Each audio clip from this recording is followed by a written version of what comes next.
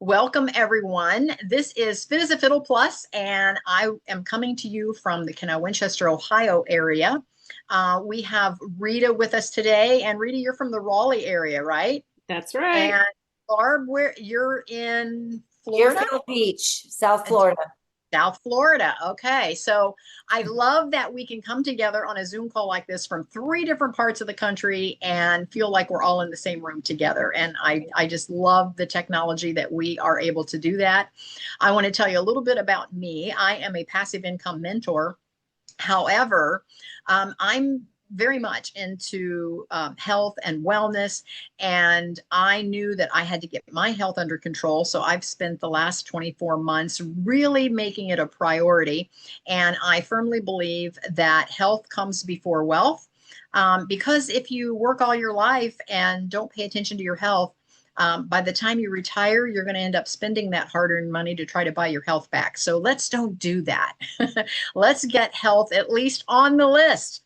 So many of us don't get it to the top of the list, but then there are many of us that don't even get it on the list. So definitely get it on the list and pay some attention to your health.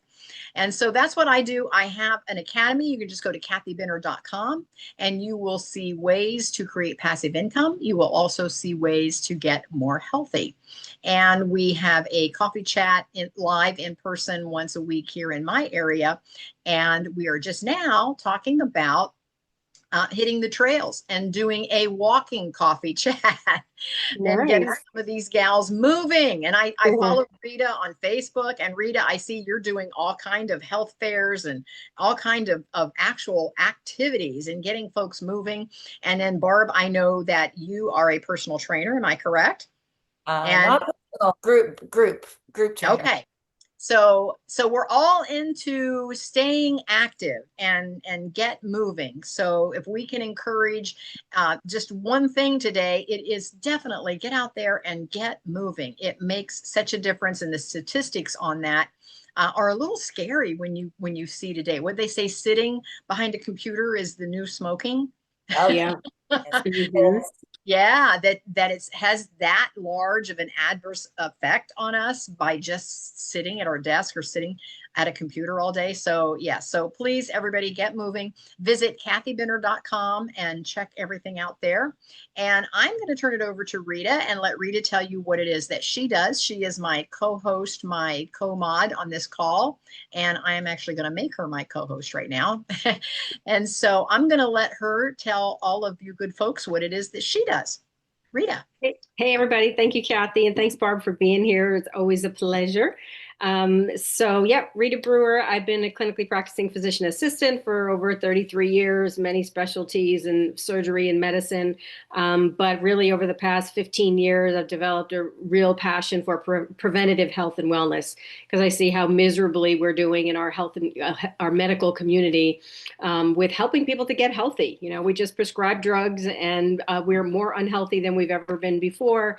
And so I like to have ventured outside of the medical model too. I still practice medicine, but lifestyle and obesity medicine, but I have started my own health coaching practice because people need it, right? We're not giving them the tools that they need and the time that they deserve to be able to learn how to truly be well, right? So I'm really excited to have this conversation today with you, Barb, and hear more about your story because it's a really important one that I think people need to hear.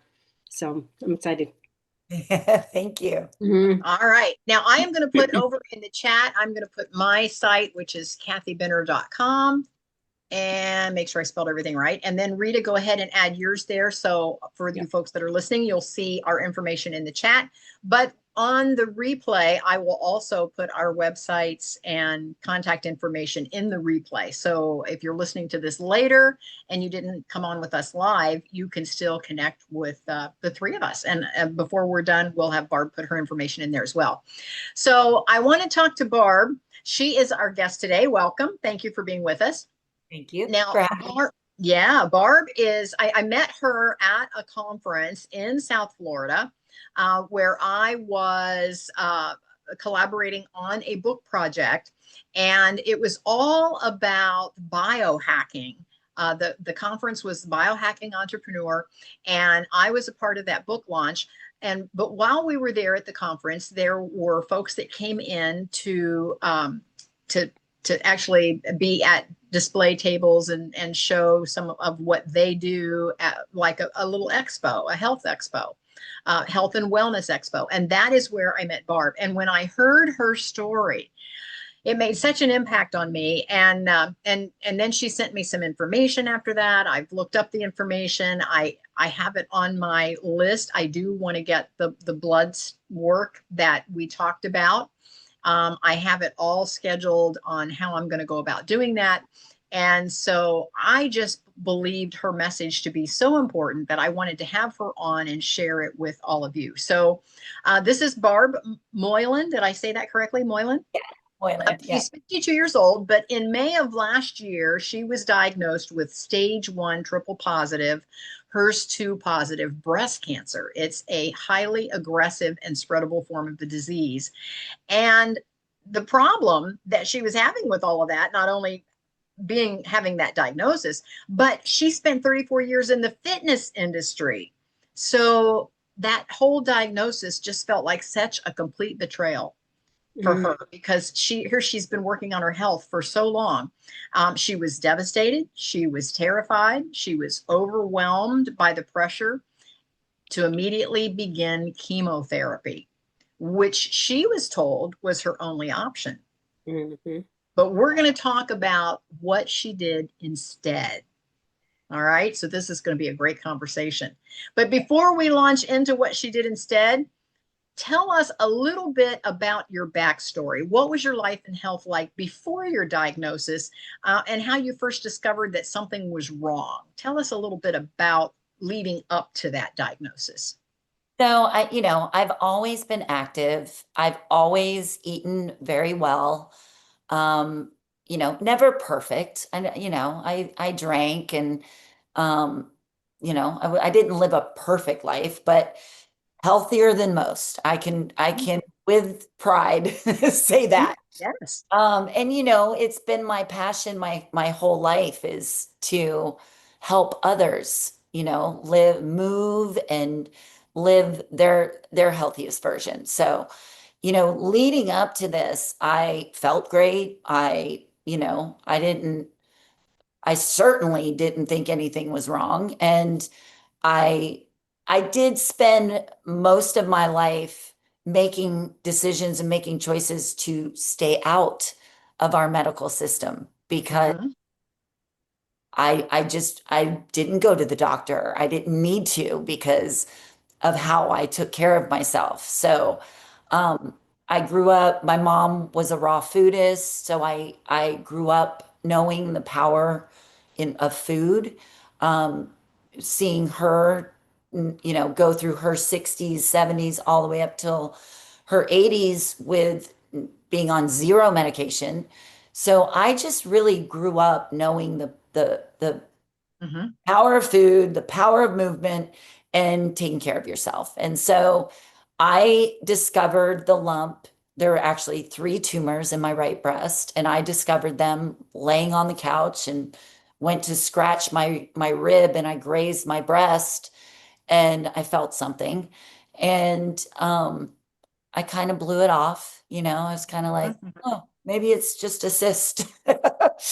And then I told a friend, because it wouldn't occur to you that you had breast cancer, because you're eating healthy and you're exercising, you're doing all the right stuff, as they say. right. And I had gotten a mammogram in 22. I missed my mammogram in 2023, and now it was 2024. And yeah, and then I told a friend, and whenever you tell someone, it now becomes it solidifies. Mm-hmm. And then she was on me and she's like, have you gotten that checked? Have you gotten that checked? And then finally I went and got it checked, and the doctor said, yeah, there's something there. We need, we need to look into it. And we did. And then it came back as I had breast cancer. So it was a shocker, man. I was shocked. Yeah. Okay. So now at this point, the doctor's going to come in and say, here's what you have, here's what it came back as, here's what your options are, Yeah. the leading option being chemotherapy.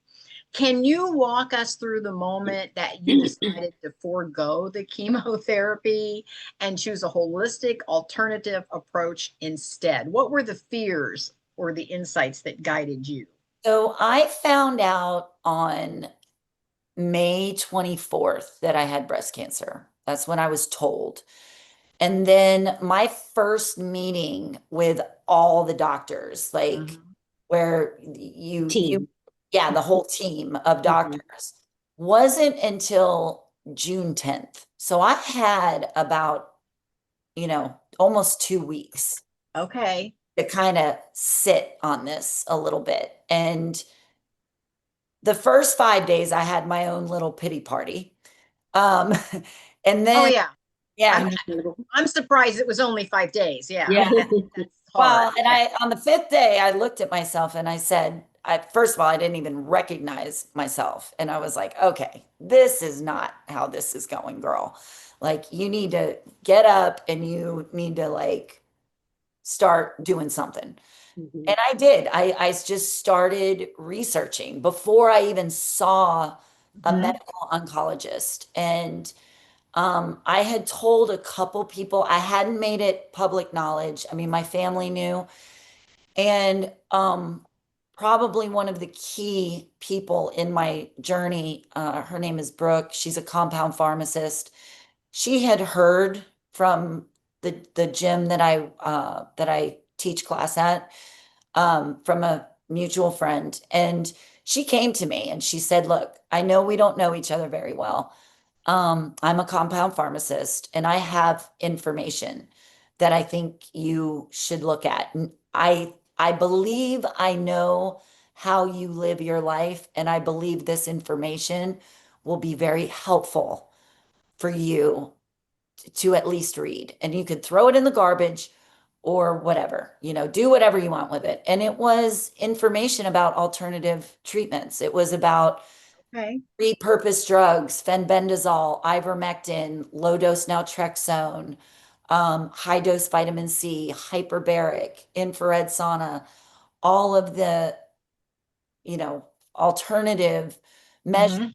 that one can take to heal themselves from a cancer diagnosis. And so I spent that time really digging into that information, but I still wanted to hear what the oncologist had to say. Mhm. I was like, gathering. I'm just going Yeah. to gather.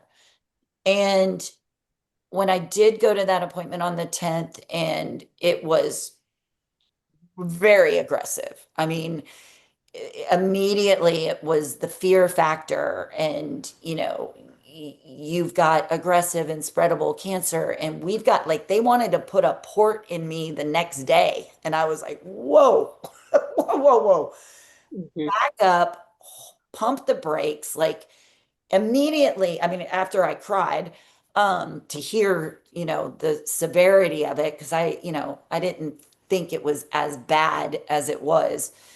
And So you're getting the feeling now that with the doctor's response to what the solution should be, you're getting the message loud and clear that with their medical knowledge, this needs to be attacked immediately. immediately, immediately, this like there we can't wait. And I said, well, we're gonna wait. Like, I've got to process this. I've got to Mm-hmm. absorb what you're saying to me. Mhm. I already knew going into this, being somebody that, you know, I don't even take Tylenol. Mhm. So I wasn't going to be like, okay, let's go. Let's do the chemo. Like I'm just Mhm. not that person. And not that, there's anything wrong with that, but that's just not how I was raised and how I've lived my life. Depending on drugs or medicine to Mm-hmm. heal me.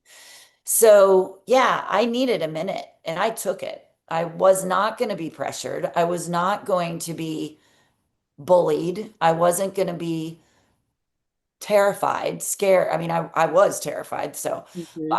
but I wasn't going to let fear drive my decision. Like I wanted to take a moment and process.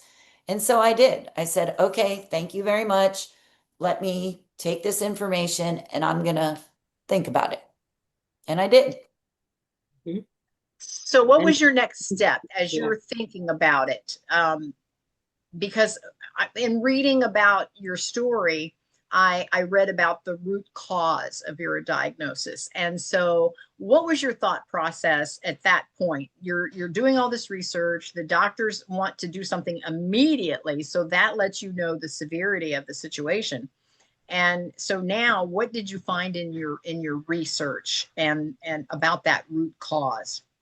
Well, I would get up every morning and I would go to the beach because that is my place on earth that I can think Mhm. clearly.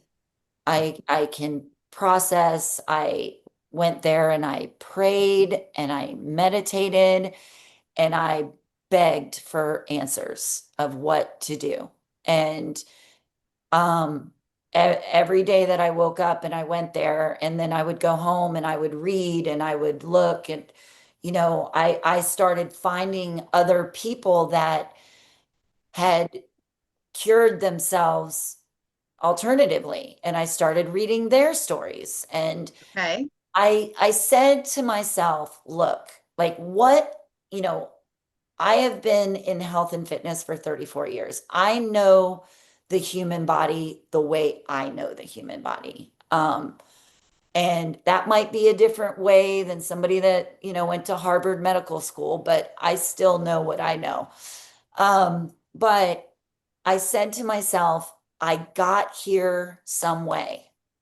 It wasn't genetic. Genetic testing came back negative.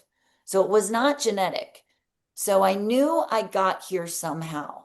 And I figured out, I said to myself, if I got here a certain way, I can reverse engineer this. I can fix what has broken down inside of me because if it's not genetic, then it's metabolic. And if it's metabolic, then I could potentially, if I know if I could pinpoint exactly what went wrong or went sideways, if I can pinpoint that, maybe I could fix it.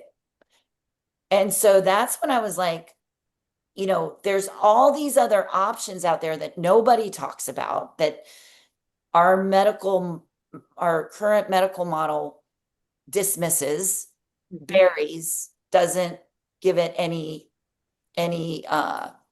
clout or gives it any, respect. Right. Mhm. Mhm. you know, and but they're very viable. I mean, there is research. I read it. There's a lot of research backing, and there's a lot more people than you think that have cured themselves alternatively, holistically, or naturally. And so I said to myself,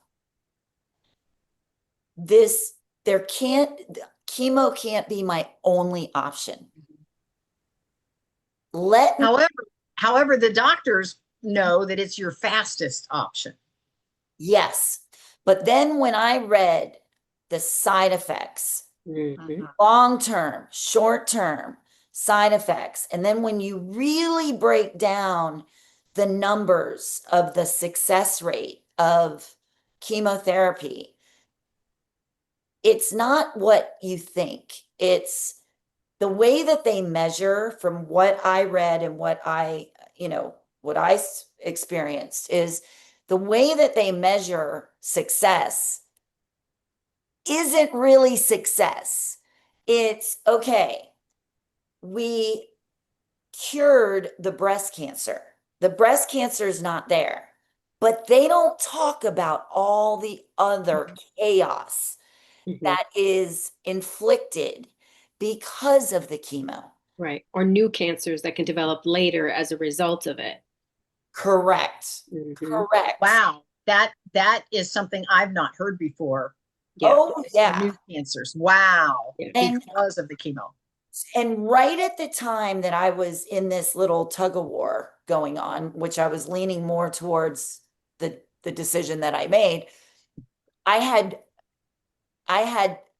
miraculous so many miraculous things have happened to me during this journey, and this is definitely one of them.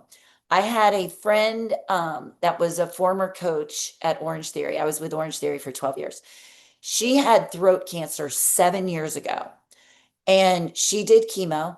And right around this time, she posted on Facebook, 7 years cancer free. And I saw it and I was like, oh boy, I don't know if I want to read this because it might confuse me. It might alter my decision. But she's my friend, so I read it.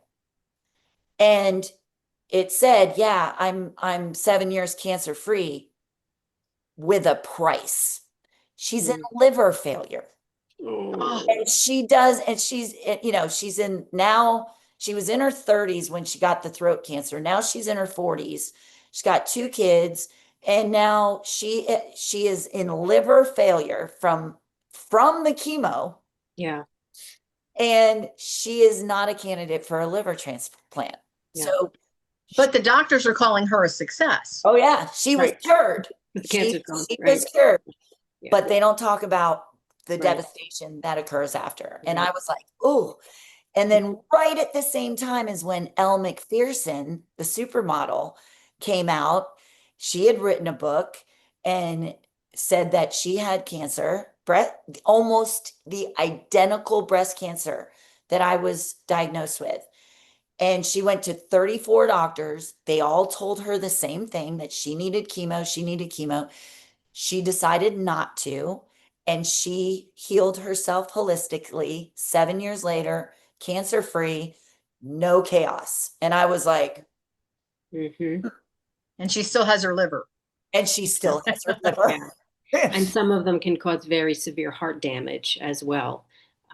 Yeah, Oh, and that wow. was the thing, is that I was looking at on onset of osteoporosis, onset of menopause, the heart conditions, the liver conditions, the kidney, the bone, I mean, the bone, Wow. I mean, and when I went to get my treatment, they downplay all of that. And I'm like, and I came ready. I came locked and loaded, 32 questions. I knew the answer to every one of my own questions, but I wanted to hear them say it. And they downplayed it.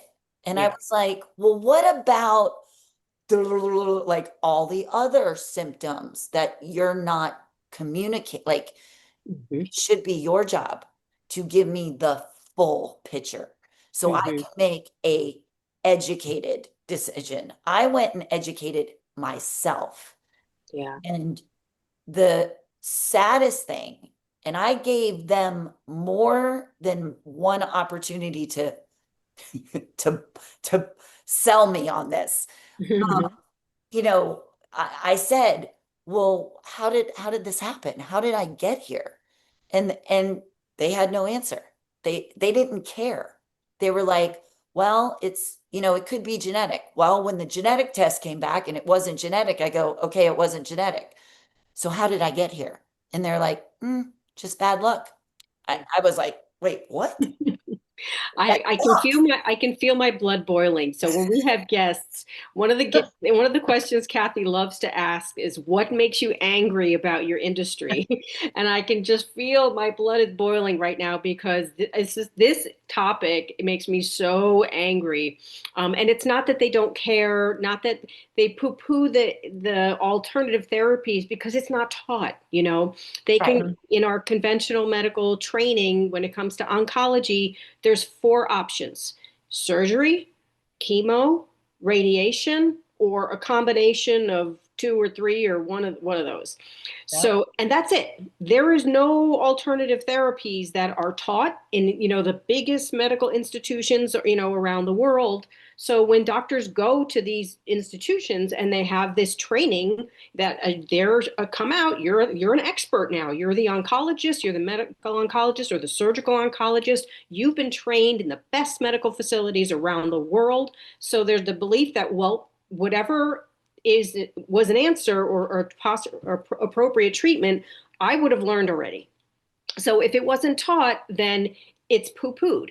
I can remember 30 years ago when I was a young PA doing in a surgery, we'd have tumor board meetings. So the oncology department would host meetings where they would present cases, and everybody would come, the surgeon, the oncologist, the medical doctors, everybody would come and discuss the case. Mm-hmm. It's supposed to be a learning experience, right?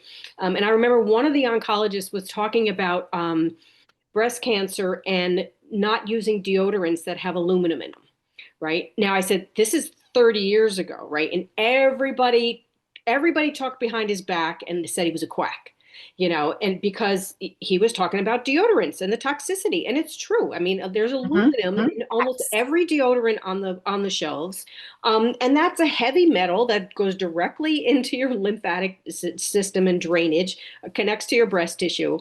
And so yeah, that's a toxin that, can lead to a breast cancer or another toxin. So yeah, these things are just not taught. And that's what makes me so angry, because we have this pharmaceutical driven culture that, if it's not a drug or a surgery or a radiation that the medical establishment can make money off of, it's a business. Cancer is a business in America. And people are not given the other choices, right? And if people choose that and they want to go that route, then fine, it's available to them. But it makes me so angry that we don't offer the other options, because again, big pharma doesn't make money off of any of those treatments that you just mentioned. So I think it's really important. I really want you to share, Barb, what treatments, well, for how you found the treatment options that you chose, and what were those options, and how long did it take, what did it entail for you? Because so many people go to these meetings like you did, and you were courageous enough to walk away and not be intimidated. But I know so many people who go in, and like you said, that fear factor is real. Oh yeah. And they walk in and it's just like, these are the experts, like they've been in medical school for 20 years, they must know. So I must, go with what they say. Otherwise, there's that fear of, if I don't do what they told me, then I'm harming myself, like by not getting the treatment, and then it's my fault if I don't get better. Yeah. So I mean, I had 4 different doctors tell me that if you don't, in different ways, if you don't do this treatment, your chances of survival are not good. One told me, it's going to be a shame someone so young is going to die out of your ignorance. That was, oh yeah. Look at Rita. Yeah. Oh yeah. Yeah. All right, so tell us what you did. What were the steps that with the decision that you made? Who did you go to? Like, who was your primary person who was going to lead the charge, right? Right, ready. Rita wants to know. But I want to insert another question in there as you answer that for Rita. Is you had to feel the pressure of that fear factor of, oh my gosh, how much time do I have? And knowing that, number one, the chemo is going to be the fastest solution. Chemo is also going to have the fastest change of something that you can do immediately that will actually, you can measure the change, good or bad. You're going to be able to measure the change taking the chemo. And you had to wonder to yourself, at least in my mind, if I go the holistic route, how long is it going to take? And will it work fast enough before the cancer takes over? Yeah. That had to be a huge thought process for you. All of it. And once I made my decision, and I mean, I was having nightmares about chemo. Like, I was waking up I in would too. the middle of the night, dry heaving and nauseous. And like, I would get up, run to the bathroom and be over the toilet, nothing coming out, and go, oh my God, that was just a dream. Mm, And I hadn't even seen a Mm. chemo bag at all. I'm like, oh mhm, God. And I mhm. called my mom and I was like, Mom, I like my body's already rejecting something that I Yeah, haven't been faced with yet. Like, yeah. Mhm. that's not a good sign. Because you intuitively know that it's poison, Yeah. Mhm. so it's Yeah. like it And goes that was the against other thing. everything that you feel. I mean, I could not wrap my head around how injecting my healthy body minus the three tumors, okay, Mhm. Right. minus the three tumors in my right breast, everything else was functioning well. It made zero sense to me to go in and annihilate Right, everything that was good. I right. just couldn't wrap my brain Mhm. around that. I'm like, Yep. that it just, I couldn't. It just didn't make sense. So I was like, yeah, I can't do it. There, I just can't. So if I can't do that, I'm gonna put all my faith in God. Like, Mhm. and I did, like, I have not been a very super religious person until that moment where I was like, it is going to take a strength larger than I am even aware of to get me through this. And boy, let me tell you, I tapped into every part of prayer that I could because I knew that I needed something bigger than me. Um, and so the three tumors had a 5 centimeter diameter. Okay. It's 5 centimeters. It needed to be 4 centimeters or less to get clear margins for a mastectomy. So I was So candidate. at that point, your goal was to try to shrink that tumor Yeah. so that you. They wanted me to do 6 rounds of chemo prior to surgery to get it from a Like it. 5 to a 4 so that the surgeon could get good margins. Okay. And I told him no. Or no, I said, I'm not going to put that in my body, hope for the best, and then go under anesthesia. It's not going to Mhm. happen. Right. And that's when the doctor said, it's going to be such a shame to see somebody so young die from your ignorance. Hmm. It's like, okay, well, thank you very much. Um, So and what did you do instead? How did you make the I went, decision well, on what first of you all, were going to do? I went to the surgeon and I asked this, I got the surgeon to agree to do the surgery without the chemo. And she said, I will do this because of how fit you are, your age, 52, and how fit you are. Like, Mhm. you're able Mhm. to handle this. Healthy. And I Mhm. said, all right, great. They didn't know what I was doing on the back end, which was I started on June 3rd.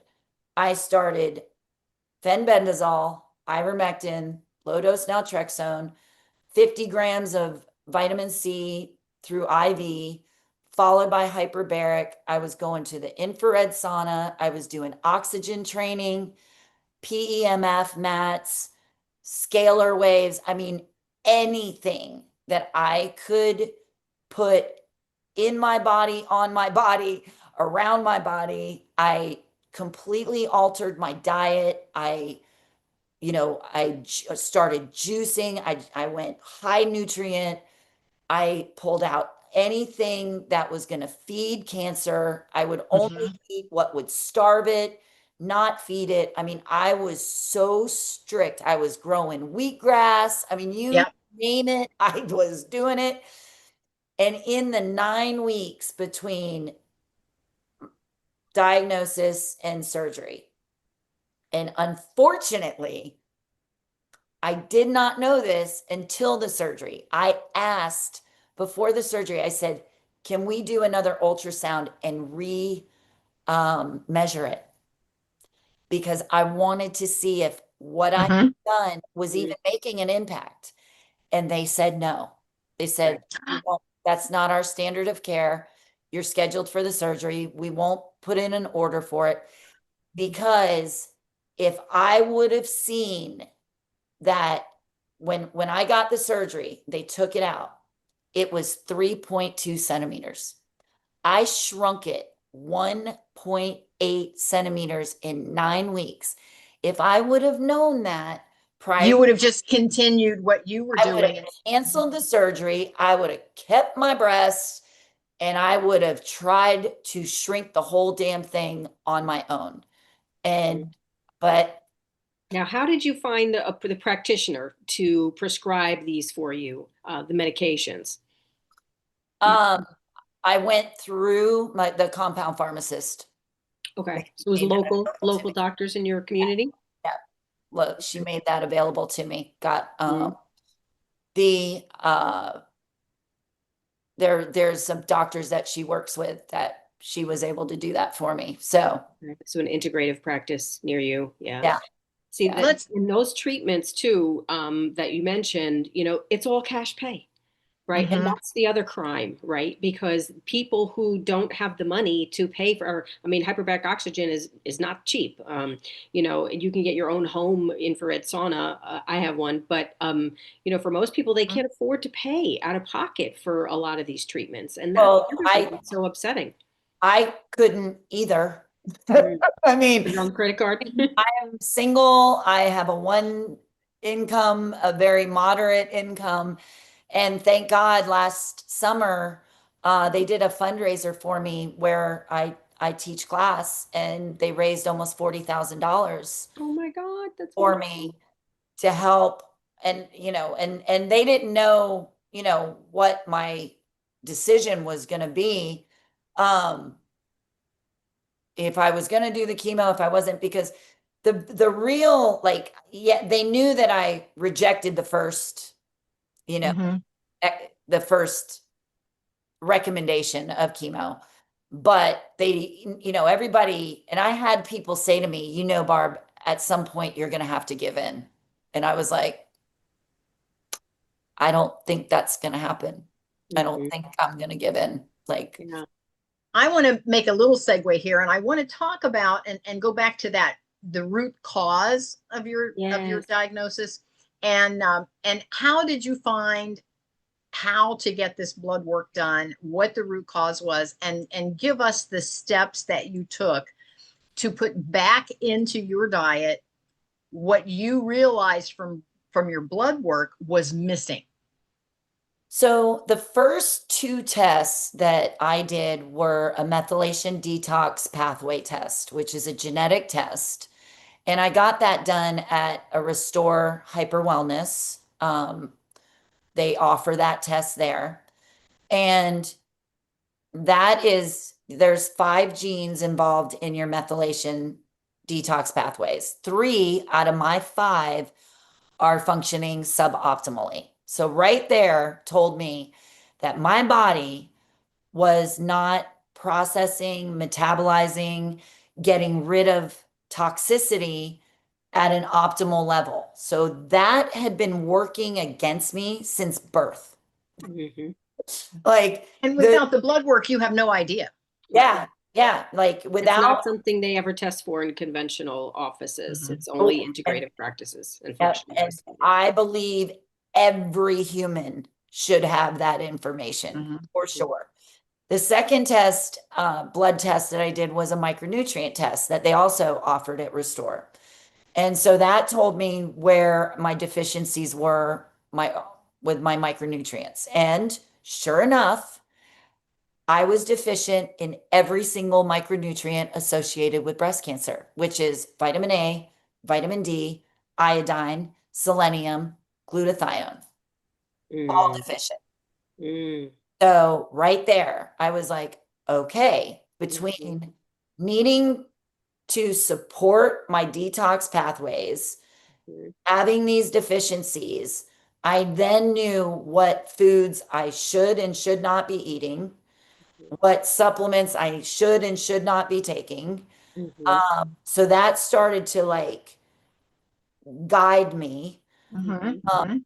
I was asking at the hospital, okay, I have triple positive, estrogen dominant, progesterone dominant, breast cancer. When are we going to test my hormones? And you know what they said to me? We're not, because it's not going to change your treatment plan. And I said, wait, what? That makes no sense to me. Like, and now, mind you, I had been getting blood work done prior to all of this, and my blood work was coming back fine. Your blood work Mhm, is mhm. fine. And so it wasn't until I did a urine metabolite test out of my own pocket. I went through Right. life extension and I got a urine metabolite test to find out that my 4OH estrogen was high, too high. So, and that particular estrogen causes DNA damage. So, wherever that is floating in my body, which prior to surgery, it was floating into my breast, wherever it lands in the body, it's causing DNA damage.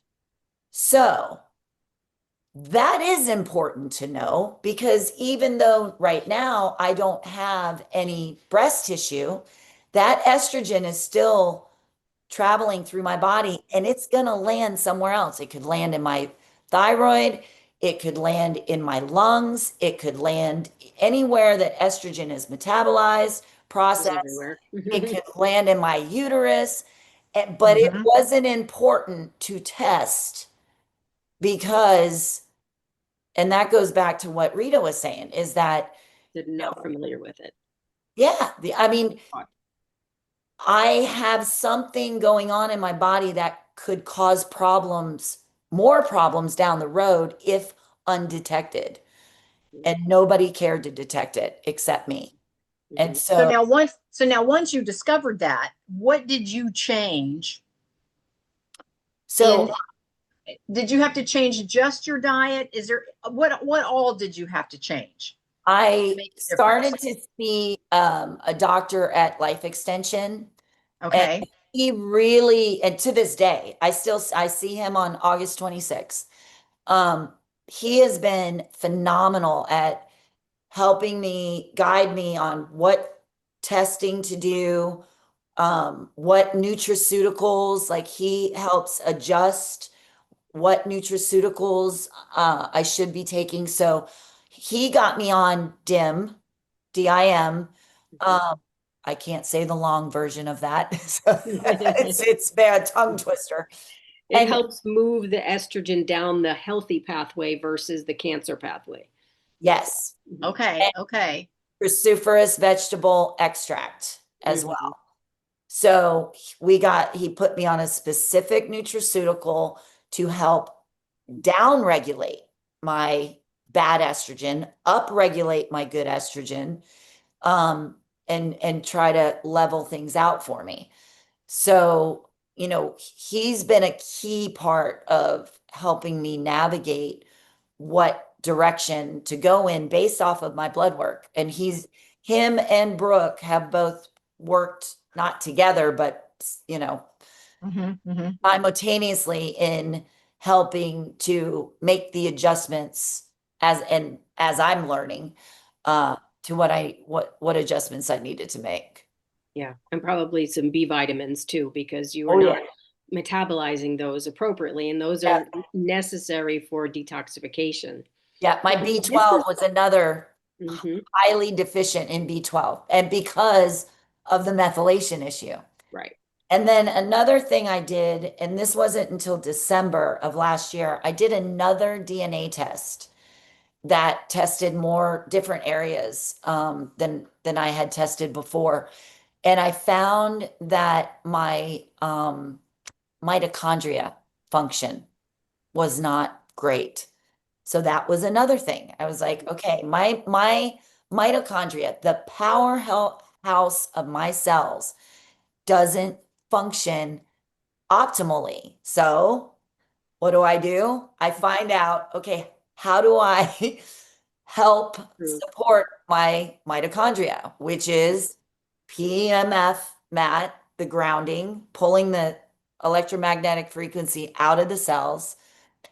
I do exercise with oxygen training, driving new oxygen into the cells, and then red light therapy and methylene blue all help to up regulate and repair and support mitochondria function. So that was another piece of the puzzle that I'm still working on. All of it I'm still working on. Now, here's what I'm hearing. And again, you've got a background in health and wellness. I get that. A lot of our listeners do not have that. And some of the terms that we've been using, they're like, I don't even know what she's talking about. And I understand that. So my question to you, to try to help our listeners, because there are folks out there that really need to do a deeper dive and take more control over their own health. Because again, by the time all of the symptoms come to the surface, it's almost too late. By the time you have all those symptoms, whatever those symptoms are, and by just putting some of, and again, I go back to what I said before, you can work all your life and make all this money, and then you're going to spend all the money later on to try to buy your health back. Don't do that. Take some of that money today. Find out where you have some deficiencies, find out where you need to make some changes, and make them now. Don't wait until the symptoms are all there. And now you've, not only do you have to reverse it, but you have to really back it up to try to get your system back in a healthy state. Yeah, well, and that's why, you know, I decided very early on that I was going to make my journey public. Like, not to get attention. I didn't want, I don't need to get any attention. I get plenty of attention. But I knew that being able to watch somebody, and I documented it on my, I mean, you can see every video that I ever posted on my social media. I documented all of it and step by step of what I was doing, and you know, sharing my story is so important so that Absolutely. people know that, I mean, one of my biggest messages is that it isn't too late, that you can still, you know, you can turn your health around at any point. Unfortunately, like, and I hate to say this because I do not judge anybody's decision because I did not want my decision judged, right? So Right. whatever somebody decides, I fully support whatever someone chooses, right? But at the end of the day, no matter what, you should consider finding out what internally what broke down and fix it because it is fixable. I mean, Yeah. I'm not saying it's all, you know, you can fix it all, but damn it, you can try. At least try. Yeah. Well, and I'm of the opinion that if you can fix it, like you said, you know, when you do have the symptoms and you go back and see what's going on internally, why don't we do a little deep dive now before? Well, and I've said to all my friends, I mean, I had my surgery in my first surgery end of July. Second surgery was in August. I was back to work in September, and then October came around. And as soon as I could do my first workshop, my first like public, like, okay, I can move my arms and I can speak publicly. I did a breast cancer prevention workshop. Okay. And I was like, look, you know, don't wait. Don't wait for a diagnosis. 1 in 8 women are diagnosed with breast cancer every year. 1 in 8. And by 2030, it's going to be 1 in 5. Wow. Yeah, over 300,000 women were diagnosed with breast cancer in 2024. That's a lot of women. Yes. And by 2030, it's going to be over 500,000 women. Yeah. Over 500,000. And one alcoholic beverage a day increases your breast cancer risk significantly too. I think the last time I checked, it was like by 11% or something. Yeah, that's huge. One drink, what's a big deal, right? Well, Because alcohol is a toxin. But this is why I love functional medicine so much. So you went to that integrative practice. They're functional medicine trained. I'm functional medicine trained. And this is why I love it so much. It's the detective work. And where Yes. we take that deep dive and we figure out what's going on. Like you said, because otherwise they're like, well, you just got a tumor. We don't know how. Well, but we kind of do, right? Because we can trace things back and find out where the disconnect is in your specific body. And it's very customized for each individual. I have a colleague, young woman in her 30s, who got a brain tumor. She's a functional medicine practitioner. She's healed herself holistically as well, did have surgery to remove the tumor, but did everything holistic, and she's cancer free. But she found out that she ended up with was it some sort of a tapeworm or some sort of a worm infection that got into her brain when she was doing mission work overseas, right? So we are bombarded every single day with so many different toxins in our environment, right? So our body eventually, the reasons that a tumor will develop is because we've just gotten too many cancer cells that are being fed by this toxicity that our body can't fix it, right? Because we all have abnormal cells in our body. Every single one of us has abnormal cells. Yeah. But if our immune system is strong enough and our environment and our detox pathways are working well the way they're supposed to, then we can fight off those abnormal cells. But when we just keep getting exposed to more and more toxins everywhere, food, air, water, carpeting, like everything. It's everywhere. Yeah. Yeah. It just then eventually the cup overflows. It's like one drip of this toxin here, this toxin there, no big deal. But eventually that burden builds up. And when it starts to spill over, now there's a tumor that Now we got the problem. has Yeah. the problem. But So we'll bring our car in, right? You'll bring your car in every 5,000 miles. yes, You'll maintenance. they'll check the oil, they'll check the tires, they'll do the whole thing, right? Yeah, But we don't our medical model of what insurance covers doesn't do a very good job of Right. let's test for things ahead of time. I mean, every single test right. I have had done, I have had to pay out of pocket for. That's I right. mean, That's right. like to uncover what I've uncovered has come out of my own pocket. And Yeah, that to me is a crime. it is. Absolutely. Absolutely It agree. is. However, and I know we're running out of time. However, I think it's necessary for us to spend some of our hard-earned money Yes. and let's prevent some of these things from happening because again, I can remember, and Rita's heard me say this before, I was in the salon industry, which is a lot of chemicals. And I was around the hair dye and the acrylic nails and the acetone. And I mean, customers would soak in acetone to soak their Use. acrylic nails off. I mean, how unhealthy is that?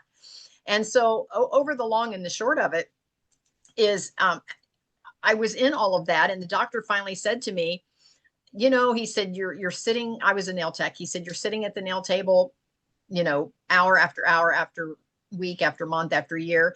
And he said, wouldn't it be a novel idea? He said, because I'm looking at shoulder surgery and elbow surgery and wrist surgery and my neck was hurting and my back was hurting. And he said, wouldn't it be a novel idea? He said, if you quit right before I cut you all up instead of right after. He said, because when I cut you all up, you're going to quit. Yeah. He said, wouldn't it be novel if you quit before I had to cut you all up? Yeah. And I thought, how crazy am I that I am going to work my way into having like 14 surgeries? How crazy is that? Yeah. Mhm. But you know what? Quitting was one of the hardest things I did. So if you were listening to this or listening to the replay of this, at least get your health on the list. Yeah. And so before we end today, I want to find out from you, Barb, and Rita, if you have some suggestions as well, where do we go to get the blood work? Where do we go to find out what we're missing? Go to Rita. Yeah.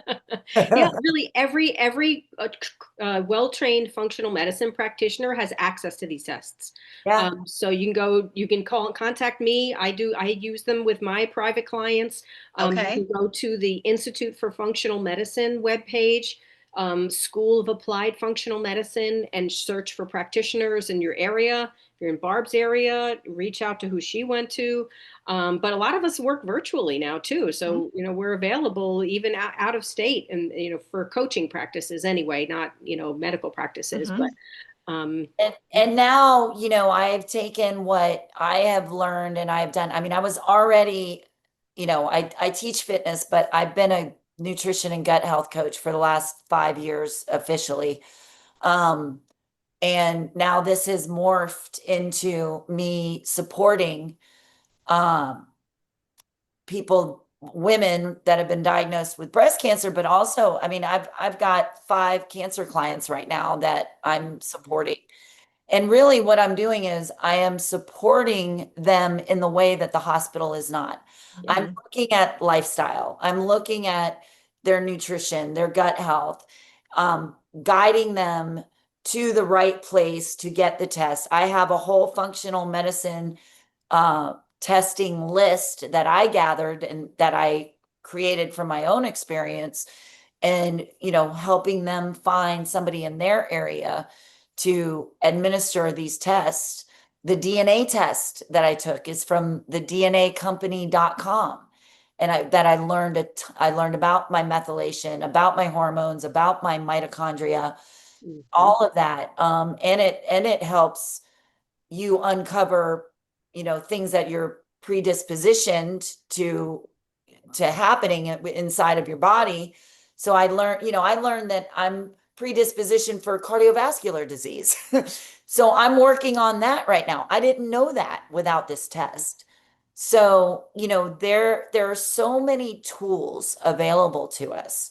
Yeah. There's a lot of resources. I mean, I put a full free resources section in my website with food lists, low glycemic foods and foods that starve cancer. And I put together a whole prevention detox guide of how to detox your house, and the companies and the products that you can use. Yeah. And how to detox your food and look at labels and all of that. So all of that is in your website already.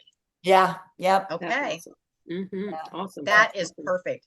Yeah. Gosh, ladies, this has been so informative. I'm definitely going to go. Barb sent me some information early on, but I'm definitely going to go visit her website. So if you're listening to this, definitely check out her website. I will put the link actually in the replay for folks that listen later to this call.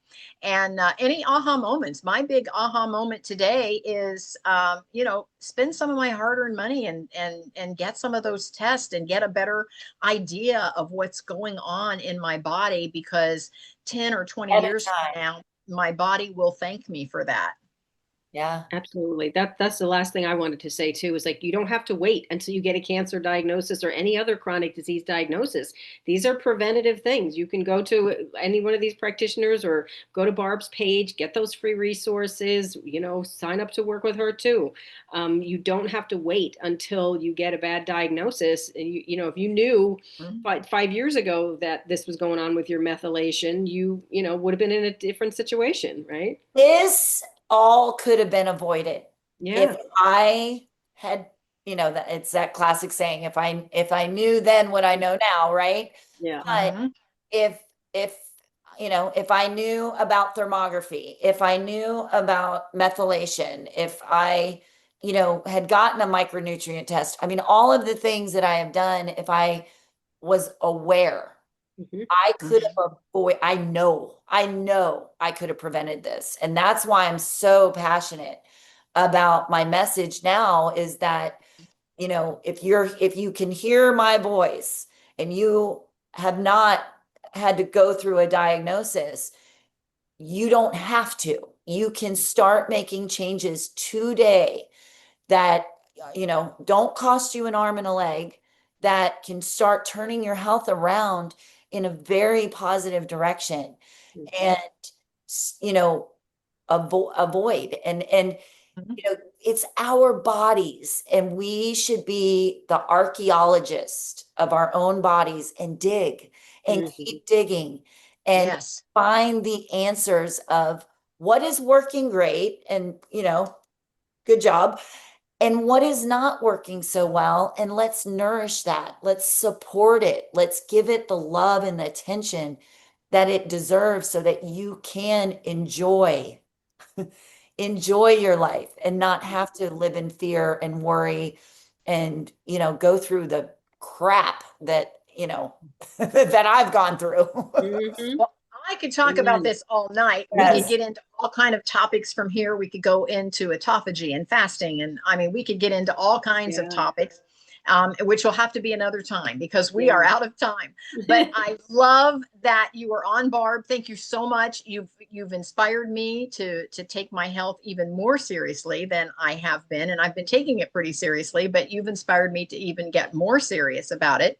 And Rita, as always, it's always fun to see you. And Rita's there in my background every time I need some help with some blood work. I send her my numbers. I go, Rita, what does this mean? And And she's Rita, always, I commend you for making the transition because I'm sure Yeah. that was not easy. No, So no. bless Yeah. you for Thank doing you. Absolutely. well, Could not I have done it. I it. appreciate both of you so much, and I can't wait to see you again in person. I will be in South Florida again soon, and so hopefully I'll get to see Just Barb. reach out. Let me know. I'll come meet you. Yeah, and Rita, I hope to meet up with you someday soon. I know.